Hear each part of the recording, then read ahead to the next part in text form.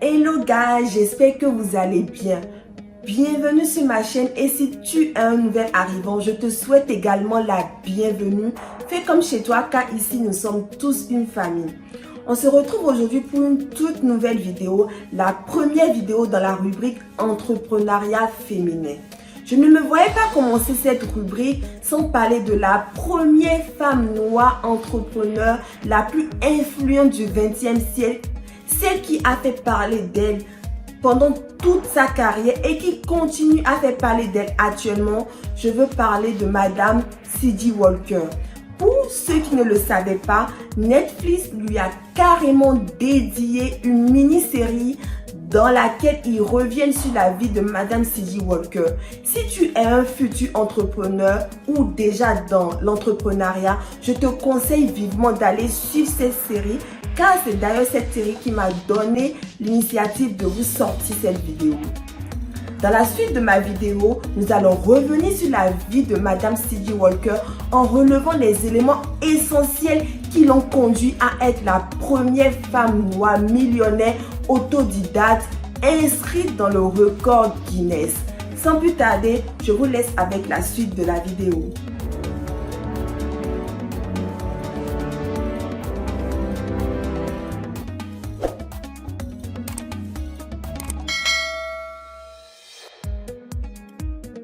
Madame C.J. Walker est née le 23 décembre 1867 dans l'état de la Louisiane aux États-Unis de parents esclaves et seulement 2 années après l'abolition de l'esclavage.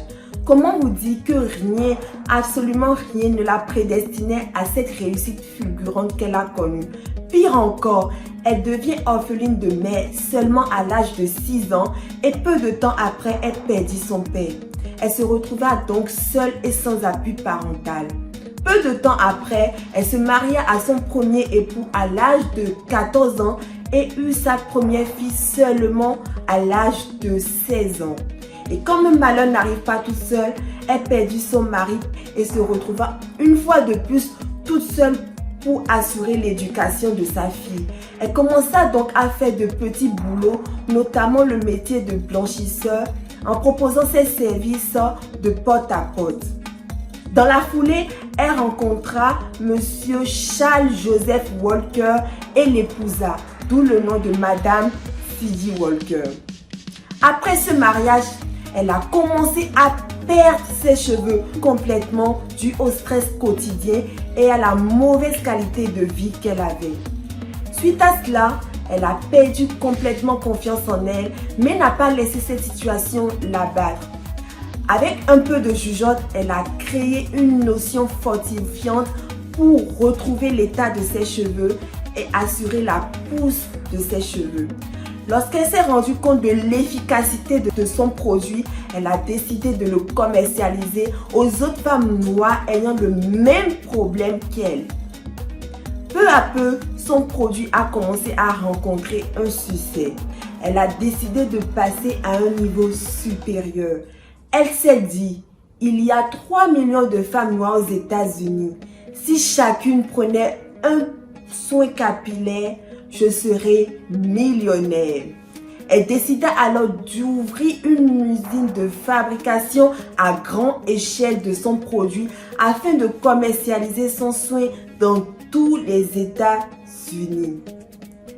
Au début, ce n'était pas du tout facile, mais elle s'est armée de courage et de persévérance pour enfin ouvrir son usine comme dans ses rêves. Une fois son usine implantée un peu partout dans les États-Unis, elle est devenue la première femme noire entrepreneur millionnaire autodidacte des États-Unis.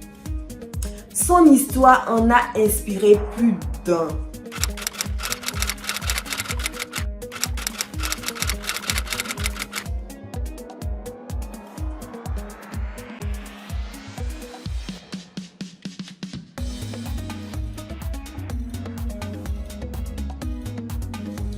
Quels sont donc les 3 critères déterminants qui ont rendu Madame C.J. Walker millionnaire? J'ai pu relever dans un premier temps sa détermination. Madame C.J. Walker était déterminée et rien, je vous dis absolument rien ne pouvait l'arrêter. Lorsqu'elle avait une idée dans la tête, elle se donnait les moyens pour y arriver. Elle se battait contre vents et marées pour réaliser ses rêves. Dans un deuxième temps, Madame C.J. Walker était en constante recherche de perfectionnement. Elle cherchait coûte que coûte à se démarquer de la concurrence en proposant des stratégies marketing pour mieux vendre son produit. Elle faisait tout pour être au top niveau dans son activité. Et en troisième lieu, j'ai pu noter le professionnalisme de Madame C.J. Walker. Tout ce qu'elle faisait, elle le faisait avec professionnalisme et beaucoup d'amour.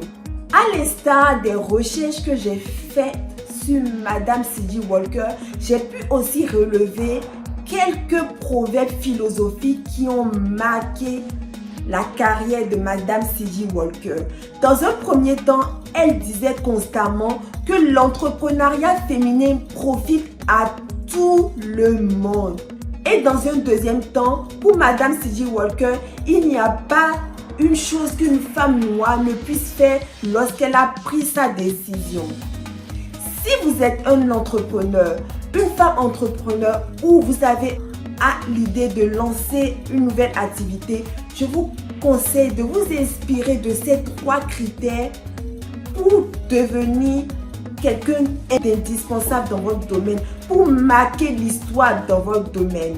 On se retrouve à la fin de la vidéo. Dis-moi en commentaire si tu as apprécié cette vidéo et quel est le point essentiel que tu juges indispensable pour un jeune entrepreneur qui désire se démarquer dans son domaine d'activité. À très bientôt pour une nouvelle vidéo. Ciao!